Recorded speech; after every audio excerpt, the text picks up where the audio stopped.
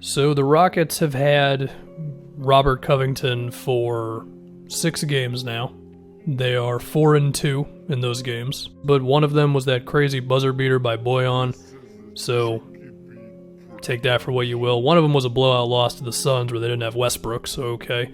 But you can also stretch it out a little earlier than that because Capella was out of the lineup starting against the Mavs on January 31st, so that would make them, like 7-2, basically 8-1 in that whole stretch if Bojan just doesn't hit a crazy shot. So it's going pretty okay so far, this small ball thing, and we'll get into like how it looks on the floor just real quick. A lot of switching, a lot of swarming on bigs, gang rebounding, and a whole lot of threes. And I think it's going to be even more threes, and the floor is very spaced out for Westbrook, and it's a lot of Westbrook and Harden ISOs, and it's kind of working out. And also Covington has been great for them. But we'll dive... That was like the TLDR version of what's happening on the floor. To look at numbers, first off, the lineup of Westbrook, PJ, Covington, House, and Harden is destroying teams. It's a plus 24 in 71 minutes. Westbrook on the floor in general has been great for them. There's a couple lineups here and there that haven't been good, but the vast majority have been successful. And then looking at the advanced stuff, and again, that Suns loss, which, should still matter, but Westbrook didn't play, and a big reason they made the move was to accommodate Westbrook, so I don't think it's as glaring as if it was just a normal blowout loss. But because of that, the numbers are going to be a little off, because it's not the biggest sample size in the world. But, if you want to go in the last 9 games, which is basically when they started going small, and Covington joined about halfway through, the Rockets have the 5th best offense, but it's, it could easily be like 3rd or 2nd. It's not far away. And defensively, they're like 12th.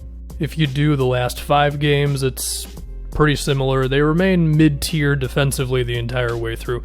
If we look at their defensive rebounding percentage lately, they are not as bad as you might think. In the last 5 games, they're 19th in defensive rebound percentage.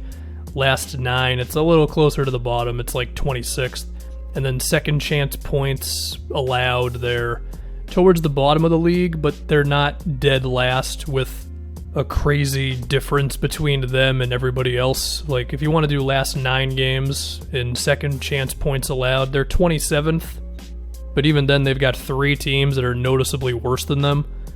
And they're in a group of, like, with the Celtics and the Hornets and stuff like that. And basically what Houston is saying is, between the spacing and more threes and switching on defense, we can live with the fact that we're probably going to give up a couple extra offensive rebounds and putbacks, because the math would suggest at the end of the day, threes are going to win against everything else.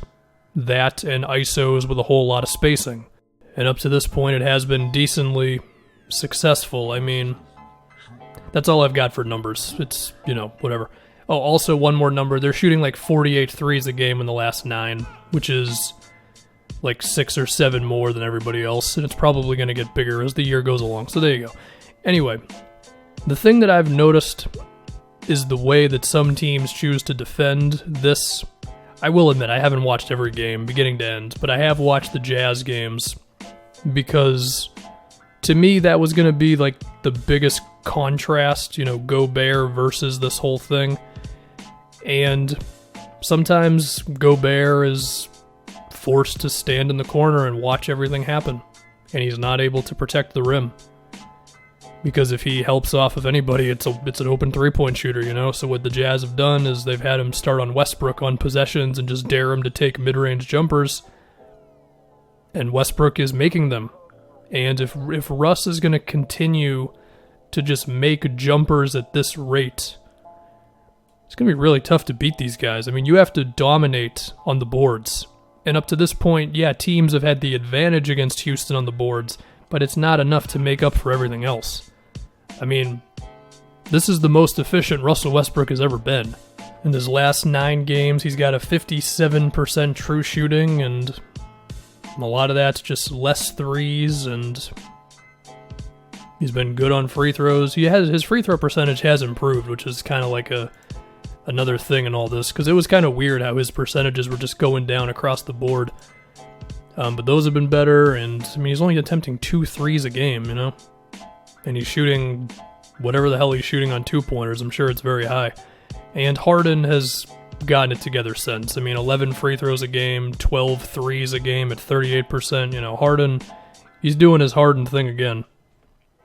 And while NBA.com does not allow me to look at teams' isolations in the last 9 games, for the season, the Rockets are averaging 23 ISOs per game.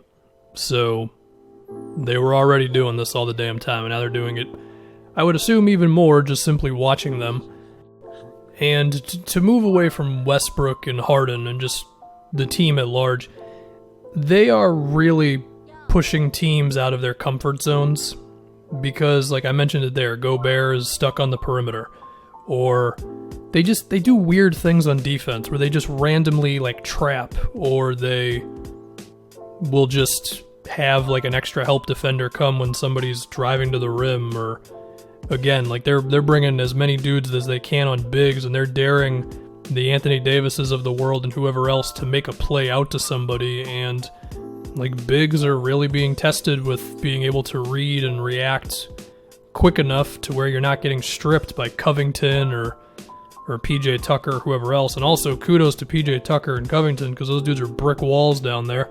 I mean, against the Celtics, they tried to post up Cantor on Tucker, and Tucker just didn't move at all. And I've mentioned the switching, and I'll say it again. I mean, teams will run their stuff. You know, they'll run all their off-ball stuff and their handoff plays and all that, and sometimes it doesn't result in anything because nobody's open. They just switched everything, you know? And again, then they might dump it off to their big, but number one, there's not that many bigs who can kill you in the post like that anymore, and two, the Rockets have done a good job of defending all of it. Now, if you go down game by game, yeah, there are some bigs that have had games against them, like Porzingis had 35.